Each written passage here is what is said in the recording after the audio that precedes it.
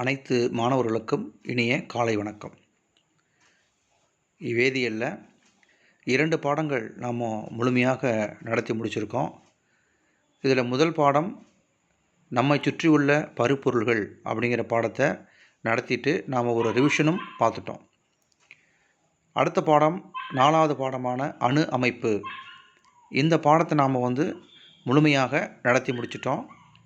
இனி இந்த பாடத்தை நாம் ஒரு ரிவிஷன் பார்க்க போகிறோம். ஸோ அணு அமைப்பு அப்படிங்கிற பாடத்தை நாம் ஒரு திருப்புதல் இனிமேல் பார்க்க போகிறோம். அணுவினுடைய அமைப்பு இந்த பாடம் நீங்கள் திரும்பவும் 8ஆம் வகுப்பில் படிக்க போகிறீங்க. இருந்தாலும் நமக்கு இங்கே என்ன சொல்லியிருக்காங்கிறத நம்ம முழுமையாக பார்க்கலாம். அணு அப்படிங்கிறத பற்றி நம்ம தெரிஞ்சுக்க போகிறோம். அணு அப்படிங்கிறத பற்றி தெரிஞ்சுக்கிறதுக்கு முன்னாடி நீங்கள் 6ஆம் வகுப்பில் பருப்பொருள்கள் அப்படிங்கிற பாடத்தை படிச்சிருப்பீங்க. அதை நாம் ஒரு தடவை திரும்பவும் பார்க்கலாம். பருப்பொருள்கள் அப்படிங்கிறது நம்மை சுற்றிக்கக்கூடிய அனைத்துமே பருப்பொருள்கள் தான். உயிருள்ள பொருள்கள், உயிரற்ற பொருள்கள், நீ பார்க்குற அத்தனையுமே பருப்பொருள்கள்.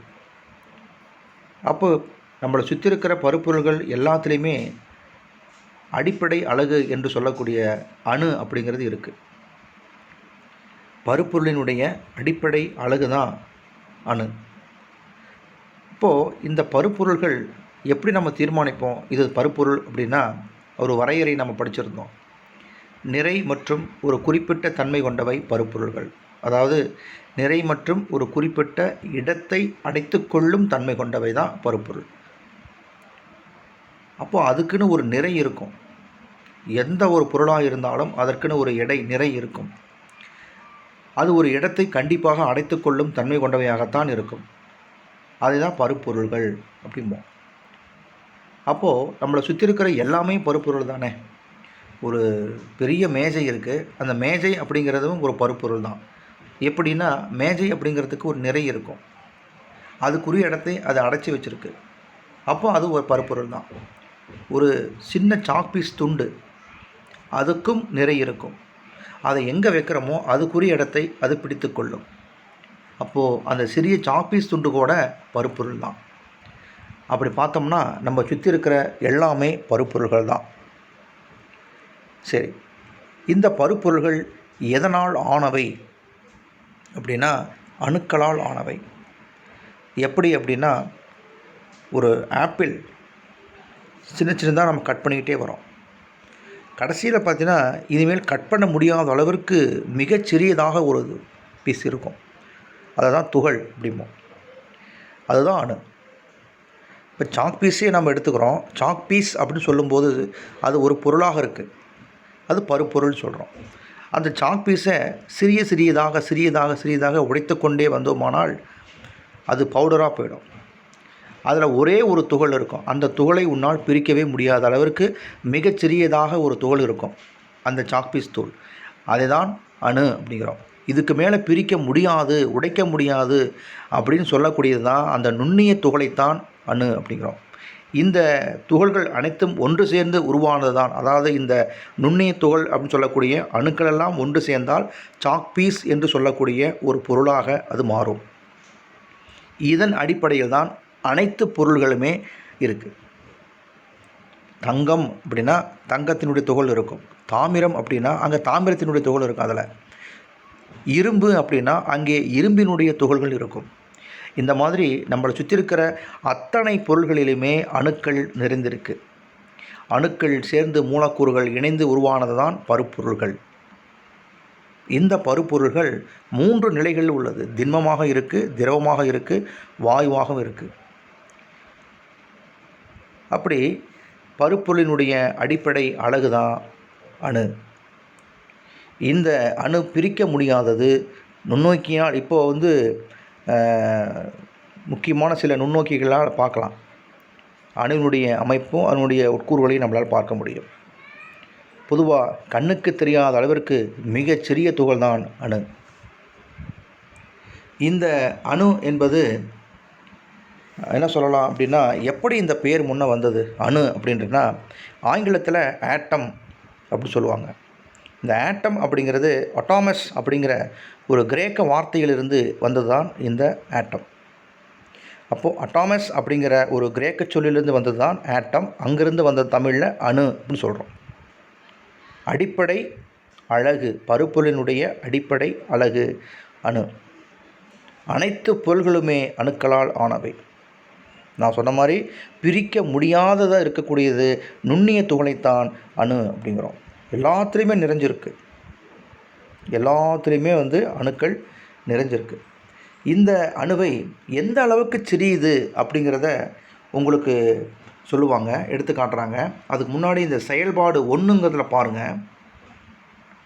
அங்கே மேலே இருக்கக்கூடிய படங்களில் முதல்ல இருக்கக்கூடியது சுத்தியல், அப்புறம் தங்கத்தால் செய்யப்பட்ட ஒரு வளையல், சில்வர் பைப்பு, செம்பால் செய்யப்பட்ட ஒரு குவளை, இந்த மாதிரி சில பொருள்கள் கொடுத்துருக்காங்க. இது எல்லாமே பருப்பொருள் தான். இப்போது இதுக்குள்ளே இருக்கிறதும் அணுக்கள் தான். இப்போது சுத்தியல் அப்படிங்கிறத பார்த்திங்கன்னா அது இரும்பால் செய்யப்பட்டது. அப்போ அதில் என்ன துகள் இருக்கும்? இரும்பு துகள்கள் இருக்கும். தங்க வளையல், அதில் என்ன துகள் இருக்கும்? தங்க துகள்கள் இருக்கும். சில்வர், அதனுடைய துகள்கள் இருக்கும். செம்பு, தாமிரம் அப்படின்னா தாமிர துகள்கள் இருக்கும். இதுதான் அங்கே கொடுத்துருக்காங்க. அப்போது அங்கே 1, 2, 3, 4ல் அதனுடைய பொருளுடைய பெயர் எழுதுங்க. அது எந்த துகள் அதில் இருக்குங்கிறத நீங்கள் எழுதுங்க. கீழே கொடுத்துருக்காங்க. மேஜை, நாற்காலி, பை, புத்தகம், சாக்பீஸு, கரும்பலகை அனைத்துமே அணுக்களால் ஆனது. அப்படின்னு என்ன அர்த்தம்? நான் காணும் அனைத்து பருப்பொருள்களும் அணுக்களால் ஆனது. நுண்ணோக்கினால் பார்க்க முடியாது என்றாலும் இன்றைய அறிவியலுடைய விஞ்ஞான வளர்ச்சியில் சில நுண்ணோக்கினால் பார்க்க முடியும். 6ஆம் வகுப்பில் நீங்கள் படிச்சிருப்பீங்க அந்த மாதிரி. இப்போது மூலக்கூறுகள், அணுக்கள் இணைந்து உருவாகக்கூடியது தான் மூலக்கூறுகள். சரி, இந்த அணு எவ்வளோ சிறியது அப்படிங்கிறத பற்றி ஒரு ஒப்பிடுதல் கொடுத்துருப்பாங்க. மனிதனுடைய தடிமனான முடியை காட்டிலும் 1000 மடங்கு சிறியது. நம்மளுடைய முடி இருக்கு இல்லையா, நம்மளுடைய முடியினுடைய தடிமனான முடியில் இருக்கக்கூடிய அணுக்களை விட 1000 மடங்கு சிறியது தான் இந்த அணு. இப்போ அணுவினுடைய ஒரு சராசரி விட்டம் கொடுத்துருப்பாங்க பாருங்கள். 1×10⁻⁹ மீட்டர். இது அணுவினுடைய சராசரி ஒரு விட்டம். இதை பார்த்திங்கன்னா இந்த 10 அப்படின்னா முன்னே அதை நம்ம தெரிஞ்சுக்குவோம். 10 ப்ளஸ் குறியாக இருந்தால் அங்கே மதிப்பு அதிகம், பெரியது அப்படின்னு சொல்லலாம். மைனஸ் குறி இருந்தால் சிறியது அப்படின்னு அர்த்தம். ப்ளஸ் குறி போட்டு எண்ணிக்கை அதிகமாக அதிகமாக மதிப்பு அதிகம். மைனஸ் குறி போட்டிருந்து எண்ணிக்கை அதிகமாக போக போக மதிப்பு குறைவு அப்படின்னு அர்த்தம். இப்போ 10⁻⁻⁹ அப்படிங்கிறது மிகச்சிறியது. மைனஸ்னாவே சிறியதுன்னு தான் அர்த்தம். 9ன்னா ரொம்ப கம்மி. 10⁻⁻2 அப்படின்னு என்ன அர்த்தம்? அப்போ -9 பெருசா -2 பெருசான்னா -2 பெருசு, மைனஸ் அதை விட சிறியது. -9ங்கிறது மிகச்சிறியது. அப்போது நல்லா புரிஞ்சுக்கோங்க. அடுக்கில் மைனஸ் குறி இருந்தால் சிறியது என்பதை காட்டக்கூடியது. மைனஸ்னால் குறையுதுன்னு அர்த்தம், மிக குறைவு அப்படின்னு சொல்லக்கூடியது.